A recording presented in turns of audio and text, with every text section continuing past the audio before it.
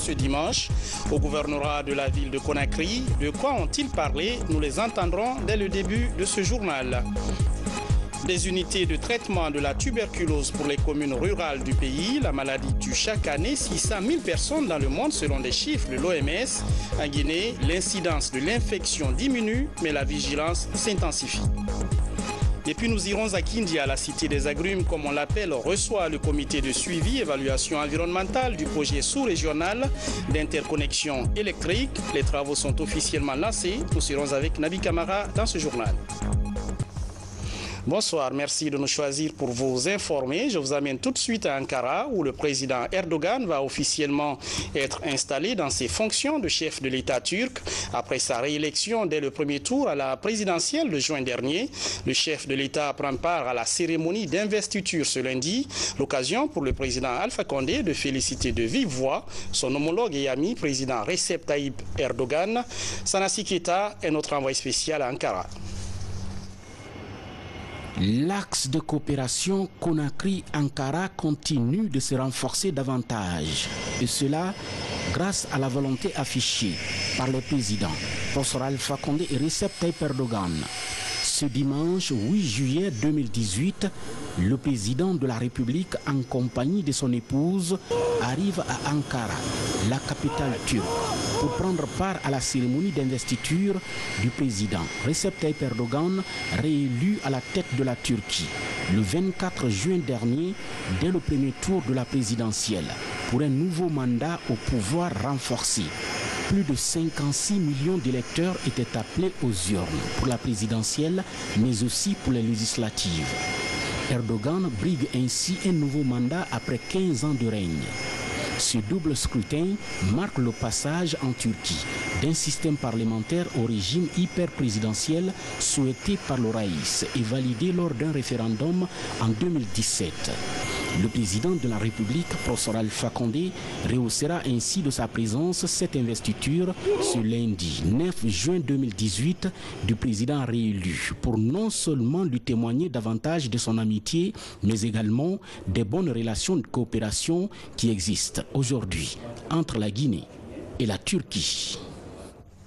Et puis en bref et en image, la représentante permanente de la Guinée auprès de l'Organisation des Nations Unies, Fatoumata Kaba, a officiellement présenté ses lettres de créance à Antonio Guterres.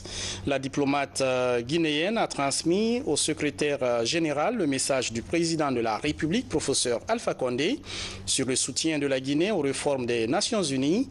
Antonio Guterres a dit sa disponibilité à accompagner l'ambassadrice Fatoumata Kaba dans sa mission, laquelle s'engage à consolider les relations entre la Guinée et les Nations Unies.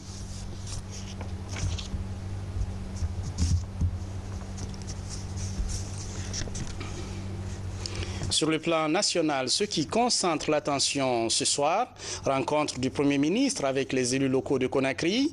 Les échanges ont duré 2 heures pour parler essentiellement des mesures d'accompagnement du gouvernement après la hausse du prix du carburant à la pompe. Le Premier ministre Ibrahima Kassori Fofana annonce la politique de son gouvernement visant à soulager et à calmer les esprits des populations. Le point avec Adi Kamara Moussa Bangoura.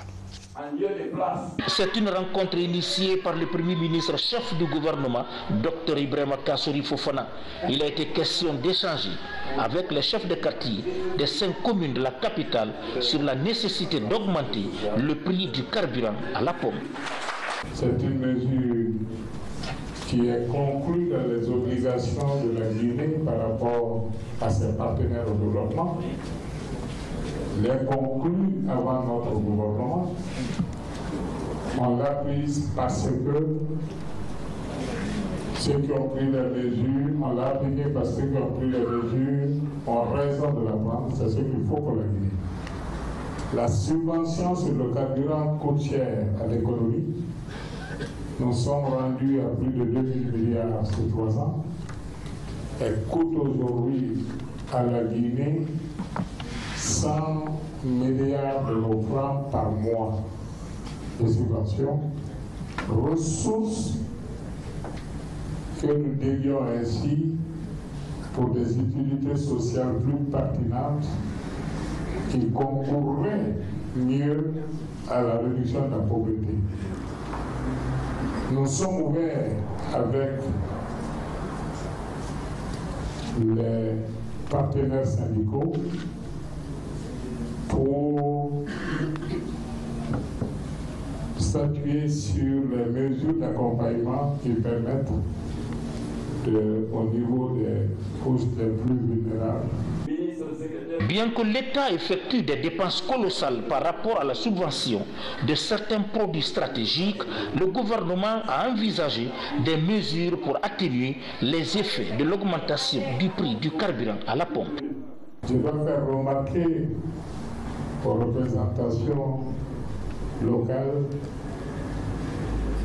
que le gouvernement a déjà initié la mesure en ce qui concerne Conakry de remettre le train express en marche. Il le sera dans les prochains jours, de mettre à disposition des populations une centaine de camions-bus pour desservir la ville de Conakry, de revoir les tarifs de transport urbain et interurbain qui fera l'objet d'un arrêté que nous souhaitons signer avec les syndicats pour éviter des exagérations en termes de répercussions sur le prix du tarif.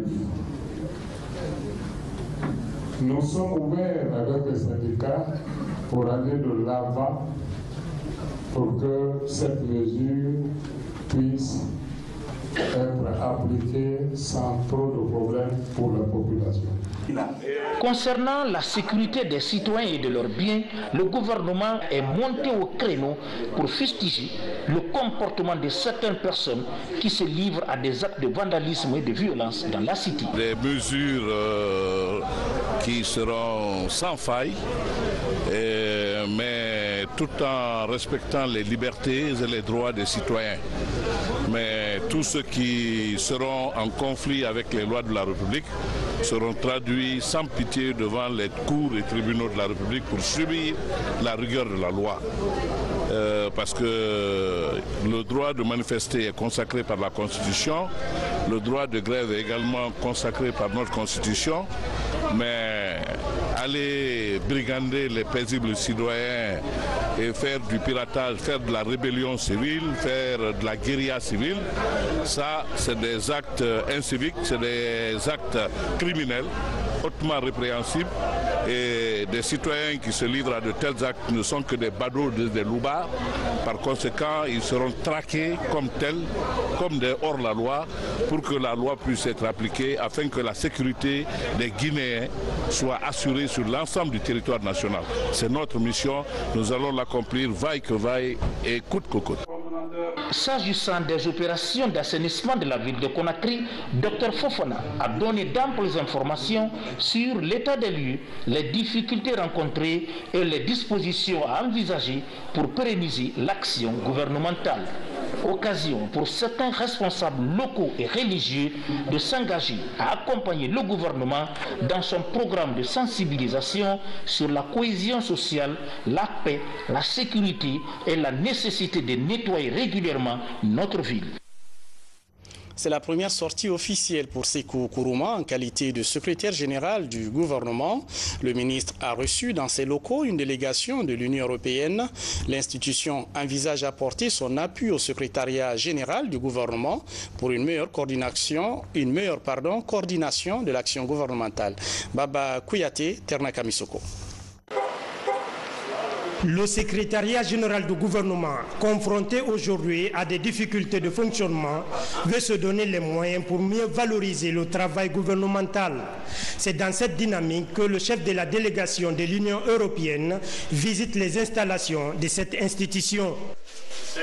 Il est important que les réformes sur lesquelles le gouvernement s'est engagé continuent. Et le renforcement du secrétariat général du gouvernement en est clairement une composante essentielle et importante. C'est un peu le message que, à travers vous, je voudrais aussi donner au gouvernement pour renforcer l'action gouvernementale dans son ensemble, un secrétariat général du gouvernement qui fonctionne convenablement est crucial. C'est aussi crucial pour que le public guinéen puisse avoir accès plus facilement à l'action du gouvernement. À peine nommé à la tête de cette institution, le ministre secrétaire général du gouvernement mesure les tâches qui l'attendent.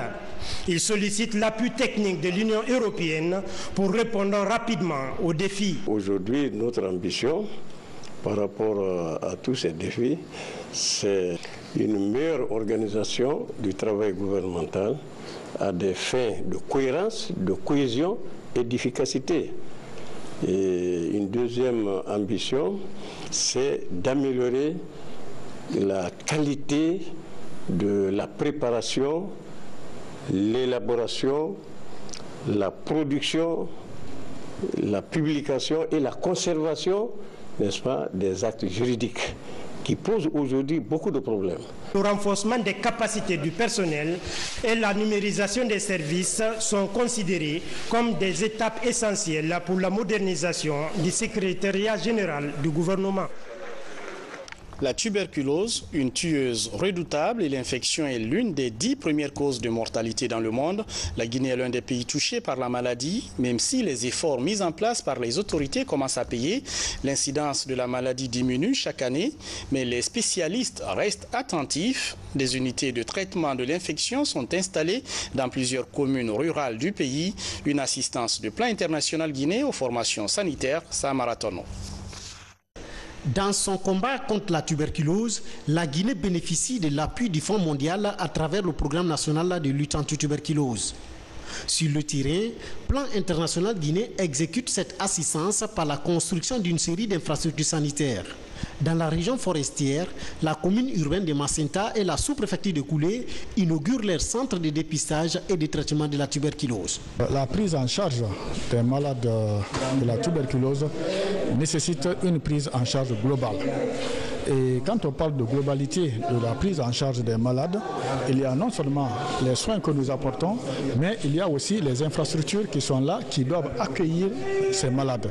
Voilà pourquoi aujourd'hui, vraiment, nous sommes dans la joie d'accueillir ce pavillon de 16 lits qui va essayer vraiment d'abriter nos malades multirésistants qui étaient dans le besoin. Rien que l'infrastructure, ça va nous permettre vraiment de nous améliorer. Ça va nous permettre de nous perfectionner davantage. Parce que comme vous le savez, avant, il n'y avait pas d'infrastructure. Dans le centre-là, nous n'avons pas d'infrastructure pour la prise en charge de ces malades. Mais maintenant que ces bijoux sont mis à notre disposition, il nous revient, nous, agents de santé, vraiment de nous y mettre pour davantage encore nous améliorer afin de pouvoir améliorer la prestation que nous offrons à nos populations. En Haute-Guinée, la sous-préfecture de Baten-Afagui, dans Kankan et la commune rurale de Banankoro sont les principales bénéficiaires de ce projet.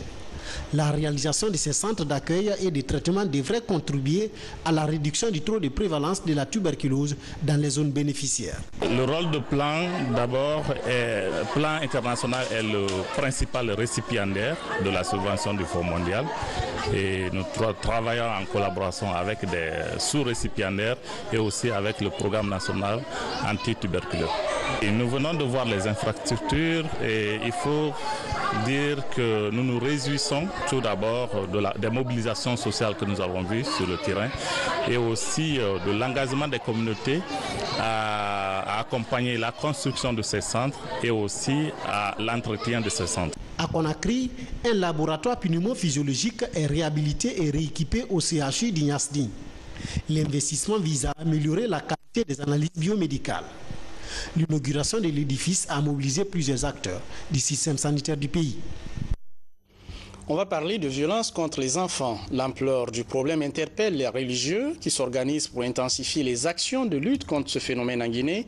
Un forum mobilise au centre islamique de Donka plusieurs leaders religieux, musulmans et chrétiens. L'objectif est d'élargir la campagne de sensibilisation sur les effets dévastateurs du fléau aux mosquées et églises du pays. Younous Atawel Kamara. En Guinée, comme partout ailleurs, beaucoup d'enfants sont souvent victimes de violences, notamment les mariages précoces et l'excision. Une pratique que la coalition des ONG de protection et de promotion des droits de l'enfant veut combattre. À travers ce forum organisé ici au centre islamique de Donka, les initiateurs veulent impliquer les religieux dans cette lutte afin d'expliquer aux fidèles musulmans et chrétiens dans les différents lieux de culte les méfaits de ce phénomène qui menace la vie des enfants. Ce forum a été un espace qui a débattu le problème de protection des droits de nos enfants.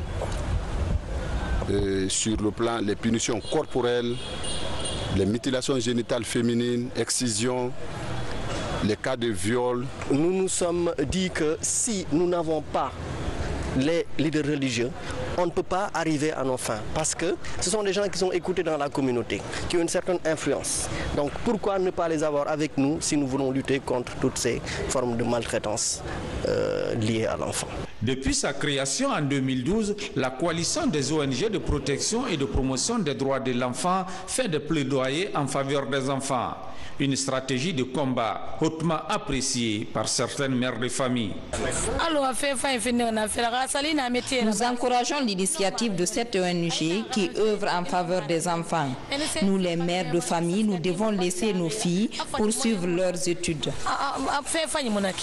Les prochains jours, cette ONG entend poursuivre son combat dans les 5 communes de Conakry, mais également dans les différentes préfectures du pays en vue d'éradiquer toute forme de violence faite aux enfants. C'est devenu un casse-tête pour les dirigeants africains, la problématique de l'immigration clandestine. Selon des chiffres officiels, ils sont des centaines de milliers de migrants en provenance des pays africains à avoir foulé le sol européen en 2017. D'autres n'y arrivent jamais, perdus dans la Méditerranée ou le désert. Les plus chanceux retournent au pays sains et saufs. C'est le cas de 149 jeunes Guinéens qui ont tenté l'aventure et échoué. Mais contrairement à beaucoup d'autres, ils ont eu le courage de rentrer librement au pays. Et pour ces c'est le début d'une nouvelle vie. Mohamed Lamine Camara. Il est 5 h du matin quand cette compagnie aérienne en provenance de la Libye a atterri ici à l'aéroport de Conakry-Bessia. À bord, 149 jeunes Guinéens migrants clandestins. Pour tous ces revenants, l'aventure a été une amère expérience. Dès qu'on rentre dans la prison, il faut bastonner tout le monde, il faut frapper tout le monde. On dirait que vous êtes des criminels. Donc réellement, même nos frères qui sont là-bas, franchement, c'est un cri de cœur. L'État, le gouvernement n'a qu'à faire tout possible d'accélérer leur cas pour les amener. Parce qu'il y en a même, psychologiquement, ils ne se portent plus bien.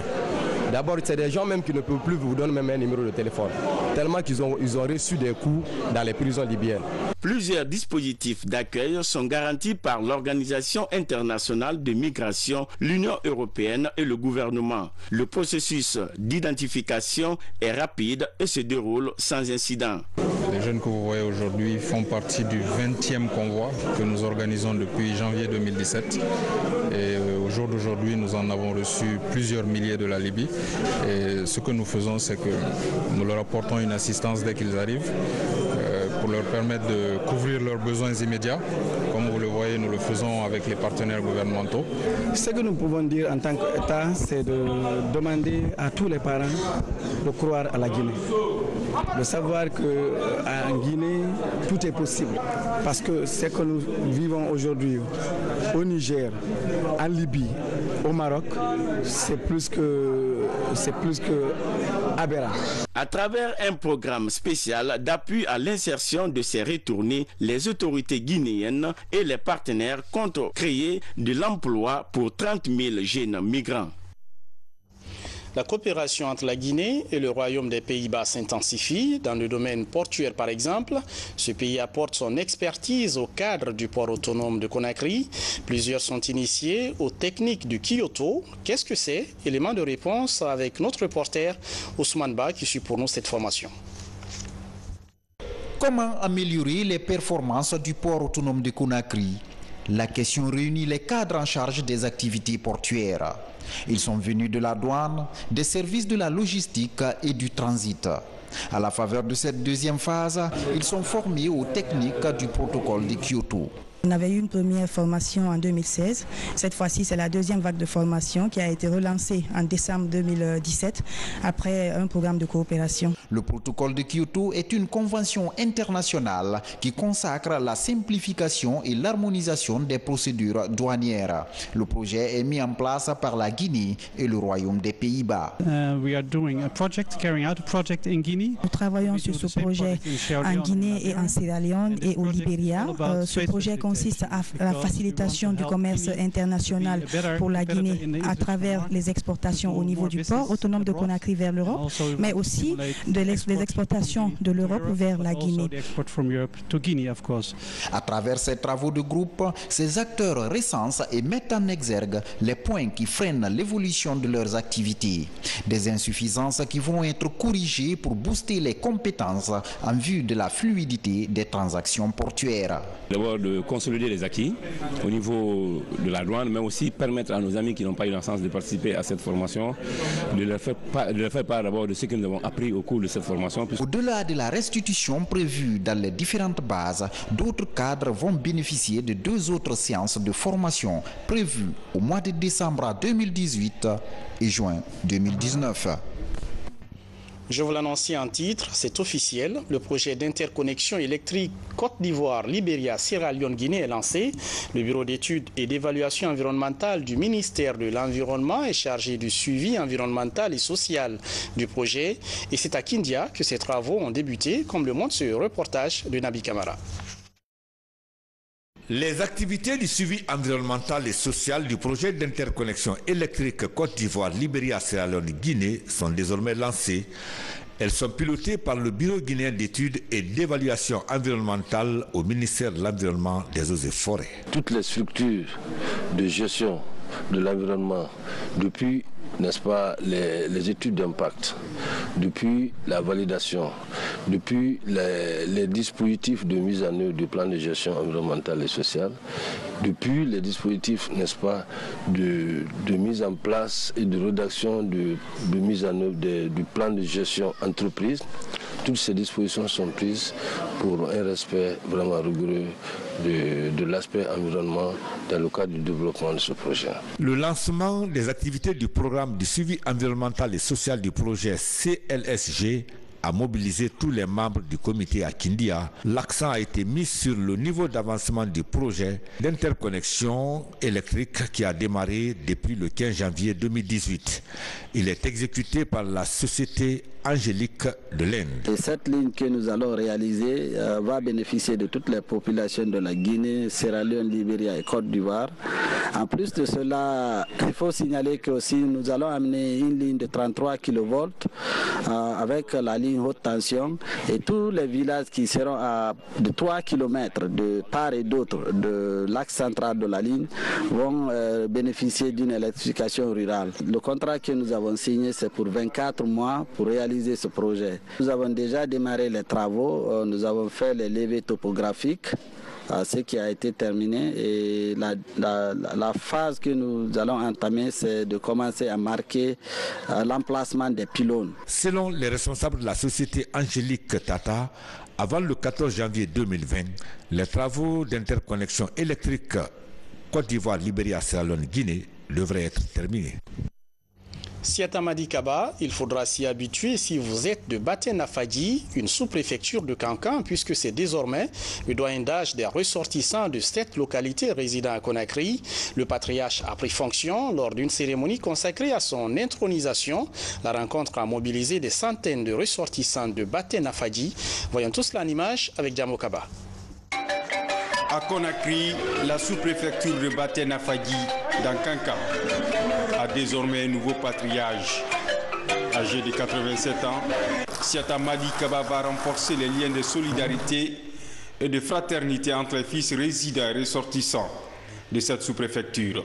Ces choix se justifient par la convention unanime de toute la population de Baten-Afadi qui stipule que, au-delà de Baten-Afadi, l'homme le plus âgé des ressortissants soit le doyen. Cela honore, réconforte et encourage non seulement tous les ressortissants de notre village, mais aussi et surtout sa paisible population qui n'a cessé de réclamer la paix. Nous pensons qu'avec ce qui se passe là, un signal fort va parvenir aux populations de Baté pour que l'unité et l'entente entre les fils et tous les filles de ce territoire soient retrouvées, soient une réalité.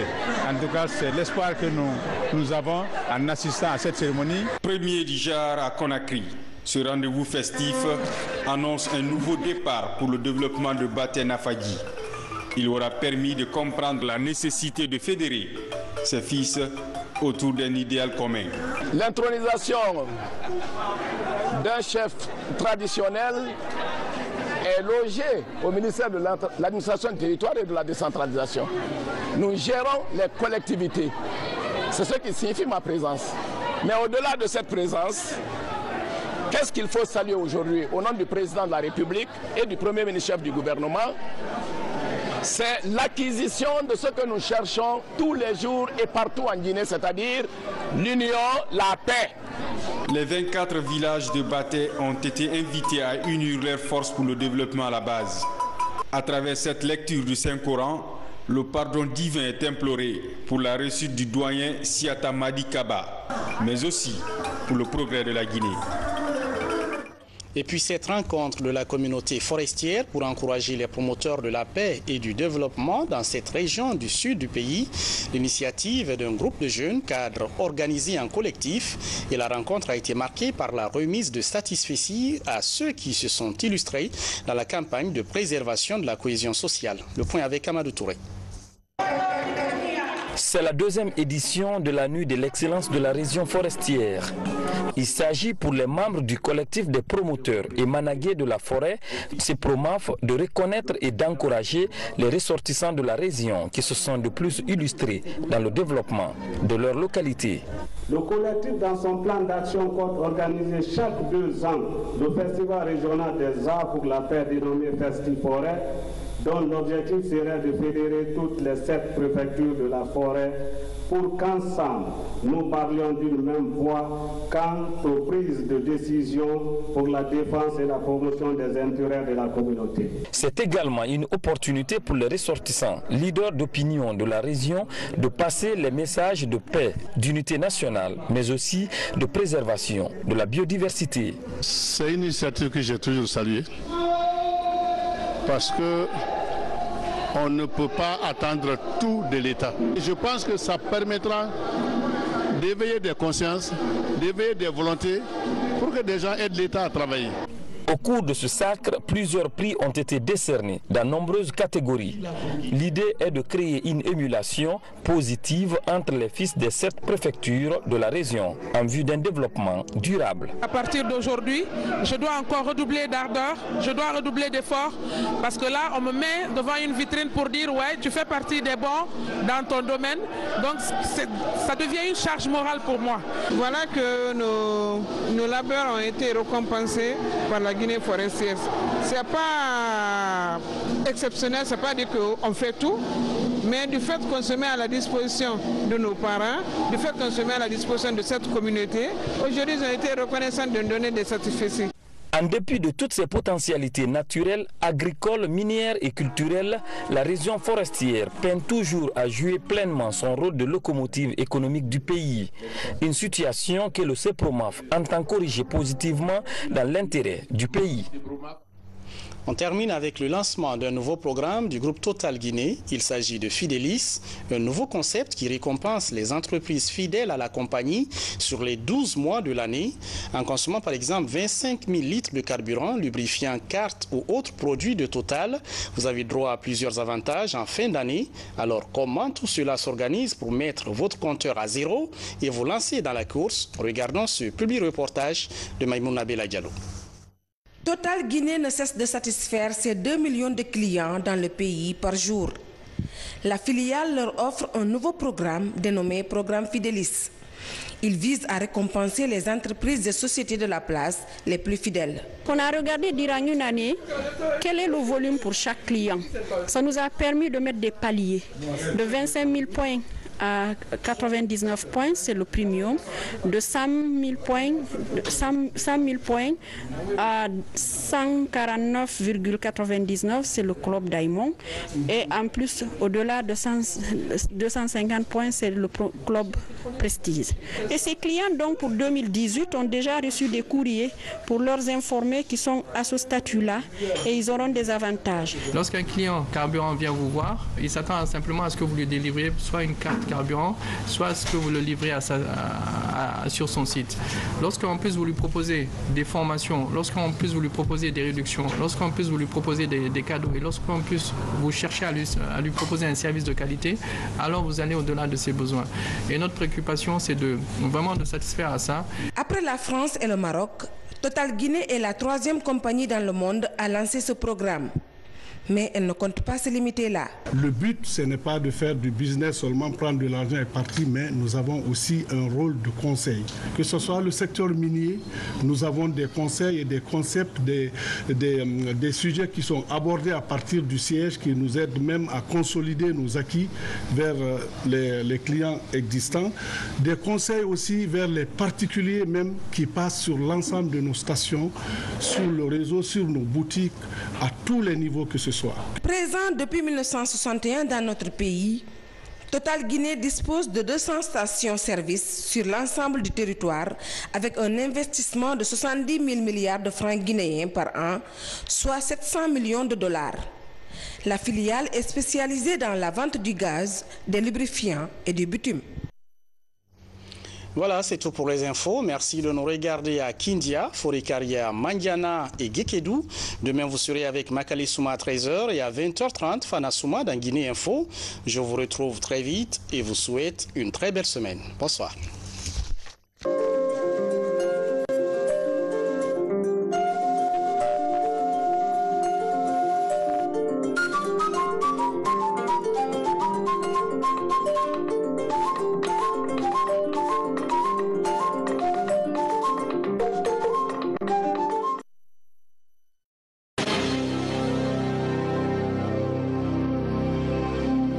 Bonjour. Monsieur Camara. Bonsoir. Comment allez-vous? Merci. Bonsoir et bienvenue. Et vous? Merci. Ça va, merci. De nous accepter chez vous. Merci. Merci. Mesdames, Messieurs, bonsoir. Les élections communales auraient pris du temps et suffisamment